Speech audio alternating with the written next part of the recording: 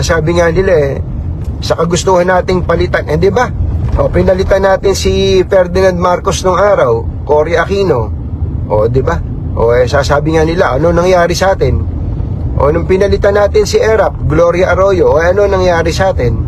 Di ba? Yun yung mga ganun po yung sinasabi natin. Baka yung hinihingi natin, akala natin makabubuti, sa bandang dulo, lalo pa pala tayong mapapasama. So, I am saying this to give you another perspective. Baka kasi masyado po tayong galit na nga tayo galit na nga tayo.